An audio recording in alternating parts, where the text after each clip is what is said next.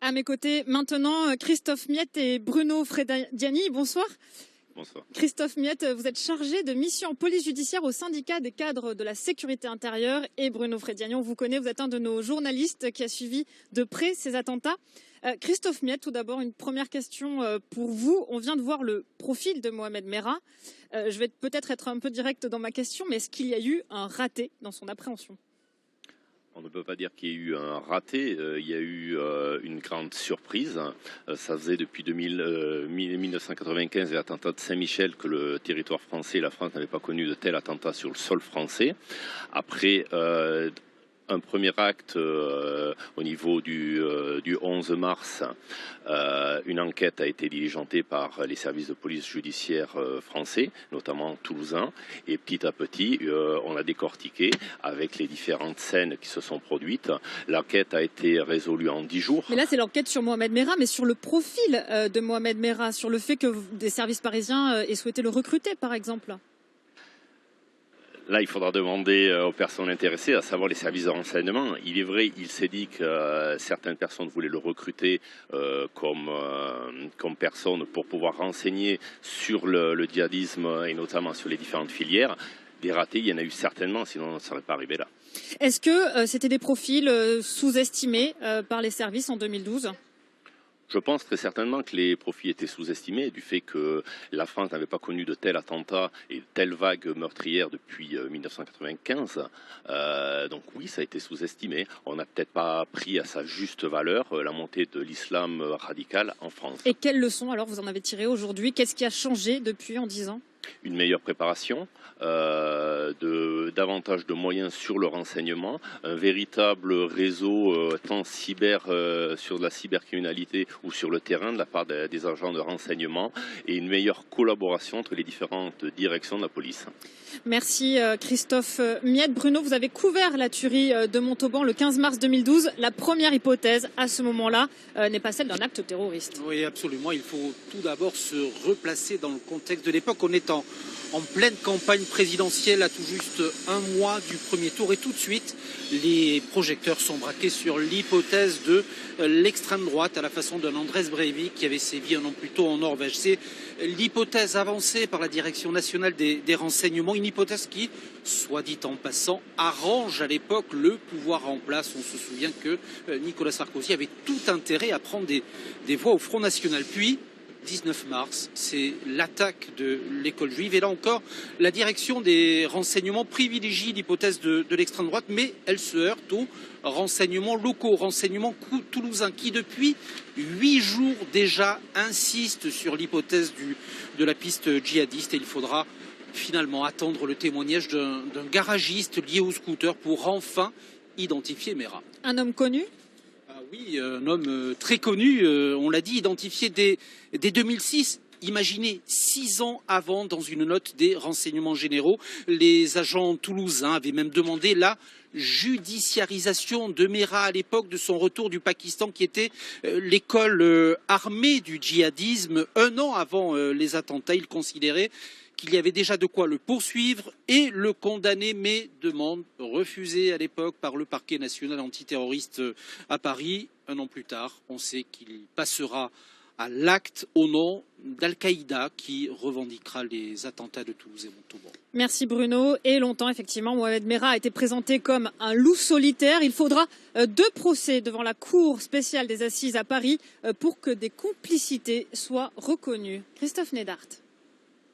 Mohamed Merah a-t-il agi seul ou a-t-il été aidé par son frère Abdelkader? C'est tout l'enjeu du procès hors norme qui s'ouvre en octobre 2017 devant la Cour d'assises spéciale de Paris. Pendant les 5 semaines d'audience, l'accusation s'évertue à faire d'Abdelkader Merah le mentor de son frère Mohamed, le complice des 7 assassinats perpétrés en mars 2012 en participant au vol du scooter. La défense, elle, plaide la thèse du loup solitaire. Les juges professionnels condamnent Abdelkader Merah à 20 ans de réclusion criminelle pour association de malfaiteurs terroristes. La complicité d'assassinat, elle, n'est pas retenue. C'était trop dur. Je pense qu'on est trop naïf et qu'on doit ouvrir les yeux Et c'est pas ça que j'attendais. La Cour d'assises a rappelé que même dans les affaires de terrorisme les plus graves, la preuve et la règle de droit n'étaient pas reléguées au rang d'accessoire. Feta Malki, l'autre accusé, écope lui de 14 ans de réclusion criminelle. Il est reconnu coupable d'avoir fourni une arme et un gilet pare-balles à Mohamed Merah. 1 an et demi plus tard, s'ouvre à Paris le procès en appel. Cette fois, la thèse du loup solitaire est écartée par la Cour. La complicité d'assassinat liée au vol de scooter est retenue. Abdelkader Merah écope de 30 ans de réclusion criminelle avec 22 ans de sûreté. Un soulagement pour les parties civiles. Mohamed n'a jamais été un loup solitaire comme on a voulu nous le faire croire. C'est une grande victoire à la fois de l'accusation qui a soutenu la complicité et nous sommes fiers de cette décision parce que justice a été rendue. Feta Malki voit sa peine allégée à 10 ans d'emprisonnement. Sorti de prison en octobre 2021, l'homme a été placé en centre de rétention.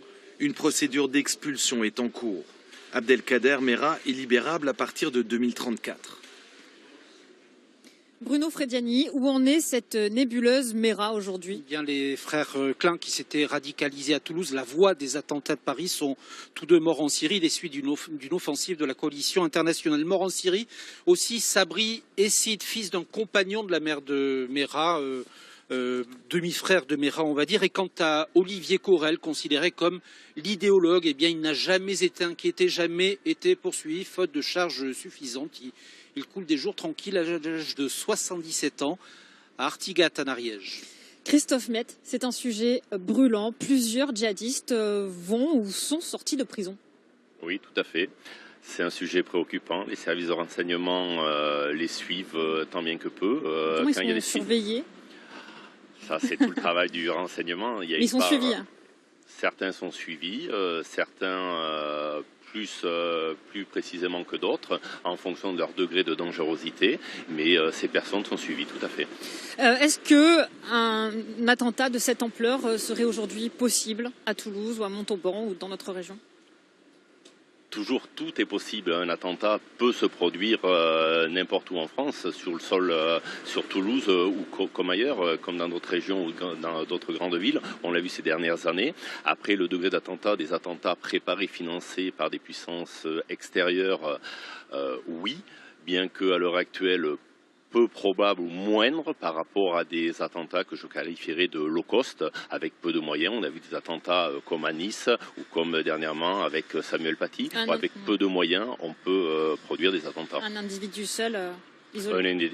Isolé, je ne dirais pas radicalisé. ça. Radicalisé, oui, par divers moyens. L'entourage, via les réseaux sociaux, via des imams radicalisés, oui. Mais des types low cost, c'est tout à fait possible. La grosse réforme, elle intervient quand même après 2015 et pas en 2012. La grosse réforme intervient après avoir tiré des leçons de 2012. Après, il faut le temps de faire bouger le mastodonte qu'est le ministère de l'Intérieur, qui se réforme doucement, petit à petit, et les réformes prennent du temps à se mettre en place. Merci beaucoup Christophe Miette et merci Bruno Frediani.